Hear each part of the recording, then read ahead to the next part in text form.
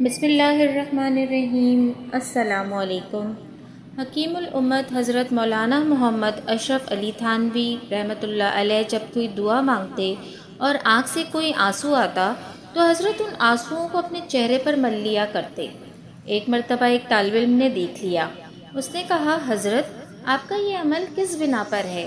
فرمایا، میں امید کرتا ہوں کہ اللہ تعالیٰ ان آنسوؤں کی برکت سے میرے چہرے کو جہنم کی آگ سے محفوظ فرمائیں گے۔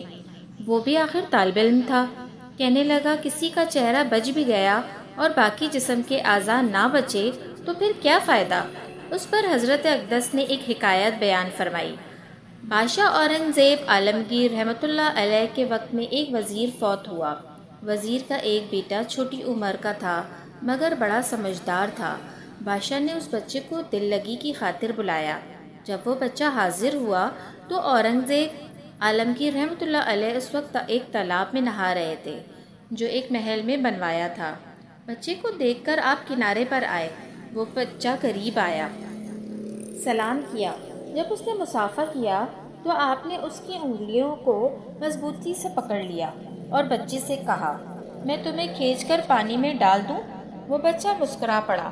بادشاہ اورنگزیب بڑے حیران ہوئے کہ بچے کو تو گھبرانا چاہیے تھا اور سبھی کہتے ہیں کہ بچہ سمجھدار ہے۔ چنانچہ آپ نے پوچھا۔ وہ بچہ کہنے لگا، بادشاہ سلامت، میرے ہاتھ کی چند انگلیاں آپ کے ہاتھوں میں ہیں، بھلا مجھے ڈوبنے کا کیا ڈر ہے؟ یہ کیسے ہو سکتا ہے کہ آپ مجھے اپنی آنکھوں کے سامنے کھینچ کر اس پانی میں ڈبو دیں گے؟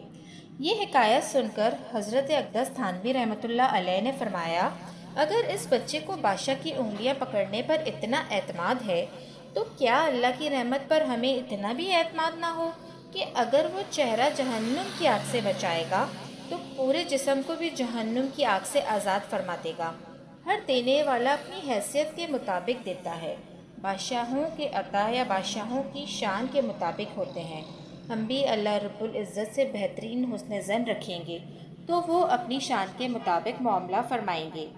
باپ اپنے چھوٹے بچے کو تھوڑا سا دور کھڑا کر کے کہتا ہے، بیٹا میری طرف آؤ۔ وہ بچہ بہت کوشش کرتا ہے مگر وہ اپنی کوشش میں ناکام ہو جاتا ہے، لیکن وہ بچہ اپنے باپ پر اعتماد کرتے ہوئے کوشش جاری رکھتا ہے۔ پھر باپ کی محبت جوش میں آتی ہے تو باپ خود جا کر بچے کو اپنی لپیٹ میں لے لیتا ہے۔ اسی طرح ہم بھی اپنے رب کی رضا حاصل کرنے کے لیے کوشش جاری رکھیں۔ ہماری کوشش کمزور ہوئی تو ماں باپ سے 70 گنا زیادہ محبت کرنے والا شہنشاہ ہمیں ضرور اپنی محبت عطا فرما دے گا۔